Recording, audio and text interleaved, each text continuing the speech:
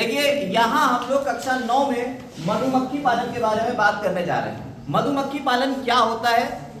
सबसे पहले तो मधुमक्खियों का पालन करते क्यों हैं? देखिए मधुमक्खी यानी आप अगर बीज की बात करें, हनी बीज, जो हनी बीज होती है मधुमक्खियां, ये बहुत इंपॉर्टेंट चीज है हमारे लिए।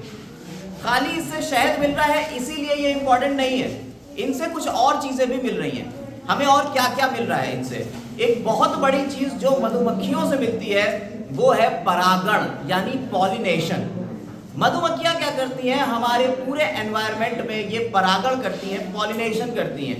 ये पराग कणों को एक फूल से दूसरे फूल तक ले जाती हैं, जिससे उनके पराग कण एक जगह से दूसरी जगह जाएंगे, उनमें फर्टिलाइजेशन होगा और फूलों से फल बनेंगे और उसके अंदर बीज होंगे।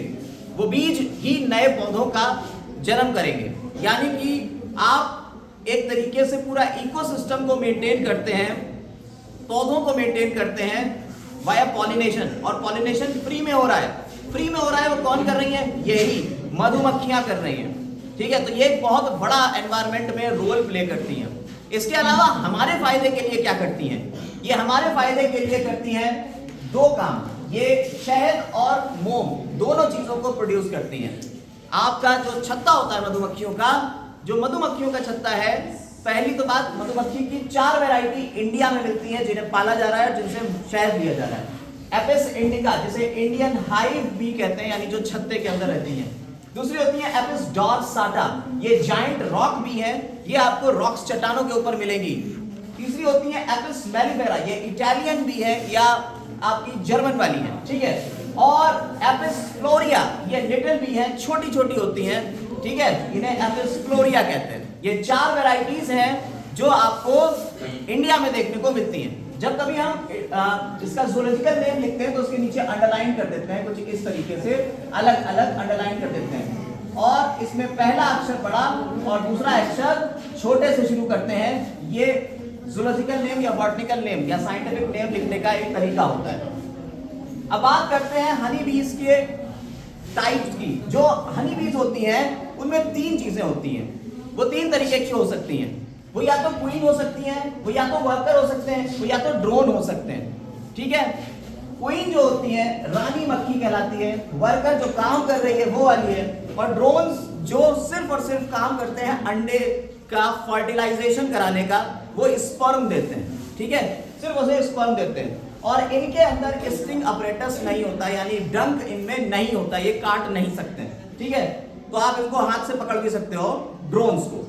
वर्कर्स जो होते हैं सबसे मेन काम इनका ही होता है, ये घर की सफाई करेंगे, यानी अपने बी हाइव यानी छत्ते की सफाई करेंगे, और ये खाने को लाएंगे भी, और ये बताएंगे भी कि खाना कहाँ है। अगर ये वर्कर्स, आपने देखा होगा कहीं फूलों के अगर एरिया है उसमें ये कुछ इस तरीके से घूम रहे हैं, गोल की आकृति में ऐसे उसके आसपास घूम रहे हैं, तो इसका मतलब है खाना पास में है। और अगर ये कुछ इस आकृति में घूम रहे हैं, ऐसे ऐसे घूम रहे हैं उसके आसपास मंडरा रहे हैं, तो इसका मतलब है खाना थोड़ा दूर है। समझ में आई बात या नहीं? यही वर्कर्स का काम है। वर्कर्स का काम सफाई करना भी है, ये छत्ते की सफाई भी करेंगे और उसमें खाना लाएंगे, खाना भी बनाएंगे। कैसे बनाएंगे? ये नेक्टर्स, जो शहद होता है फूलों का, शहद जो रस है फूलों का, वो नेक्टर कहलाता है। क्या कहलाता है? नेक्टर। और इस नेक्टर को ये चूसते हैं और चूस के ये अपने मुंह के अंदर ले जाएंगे, उसे पार्शियल डाइजेस्ट करेंगे, और इनके अंदर उस डाइजेशन से इसके अंदर एक शक्कर बनेगी, एक कंपाउंड बनेगा जिसे कहते हैं डेक्सट्रोज, ठीक है। यही उसमें मिठास देगा। आपके शहद के अंदर जो मिठास आ रही है वो डेक्सट्रोज की वजह से आ रही है, ये कार्बोहाइड्रेट है एक तरीके का, ठीक है। तो ये जो खाना बना रहे हैं ये बेसिकली आपके लिए नहीं बना रहे थे, ये खाना बना रहे थे इस छत्ते के अंदर मौजूद अंडों को, लार्वा को खाना देने के लिए। अंडों से जो लार्वा निकलेंगे उनको खाना देंगे। अब ये खाना 2 तरीके का हो सकता है, ये बी ब्रेड हो सकता है या ये रॉयल जेली हो सकता है। जब ये खाने के अंदर पॉलन ग्रेन भी मिला लेते हैं, पॉलन ग्रेन यानी पराग कणों को भी लेके आएंगे। मेरे ही चैनल पे एक वीडियो है, आपको देखने को मिलेगी, उसमें हनी बीज जो है उनको हमने दिखाया हुआ है पूरा। तो वहां पे रॉयल जेली बनाने के लिए क्या होता है, वो अपने पंजों में, पैरों में पॉलन ग्रेन को भी पकड़ के लिए जाती हैं। परागकण, छोटे छोटे परागकण होते क्या है, अगर आप गुड़हल के फूल को देखिए तो उसमें आगे की तरफ जो निकला हुआ है, हाथ लगाएंगे पीला पीला हाथ में आ जाता है, वो जो पीले पीले हैं वो परागकण है, और उन्हीं परागकणों के अंदर बहुत सारा प्रोटीन है। तो ये छोटी छोटी मक्खियाँ उन ढेर सारे परागकणों को उठा के ला रही हैं, उनको मिला रही हैं और मिला के एक खाना बना रही हैं। इस खाने को कहते हैं रॉयल जेली।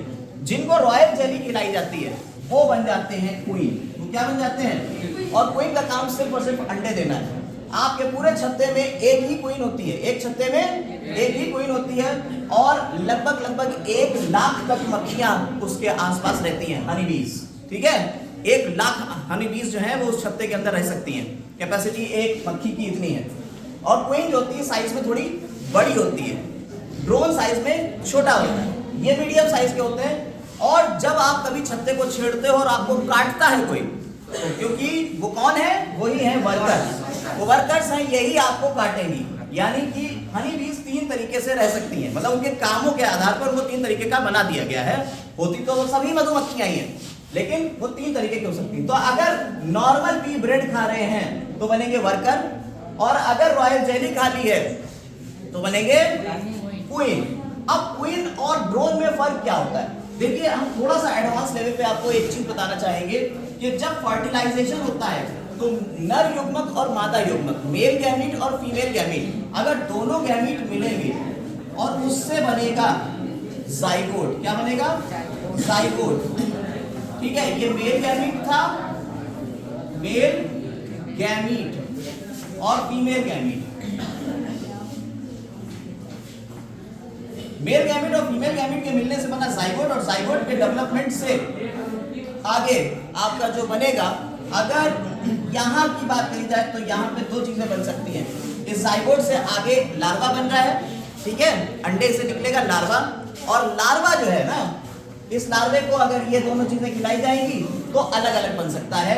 वो या तो क्वीन बन सकता है या वो वर्कर बन सकता है। समझ में आई?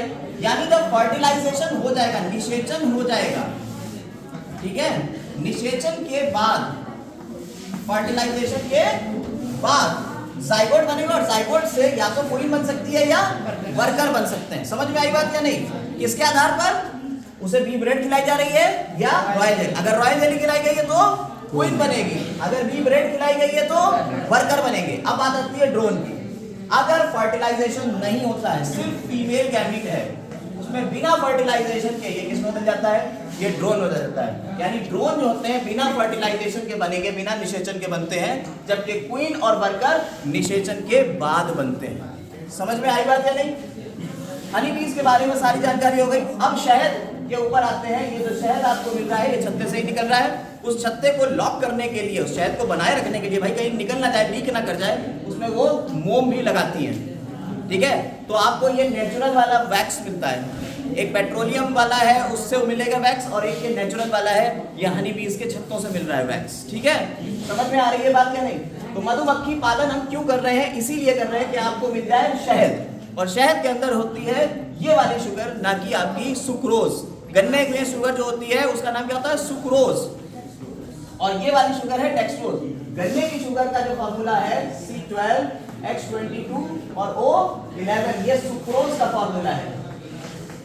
ठीक है, ये गन्ने की शुगर है, जबकि आपको यहां मिल रही है डेक्सट्रोज।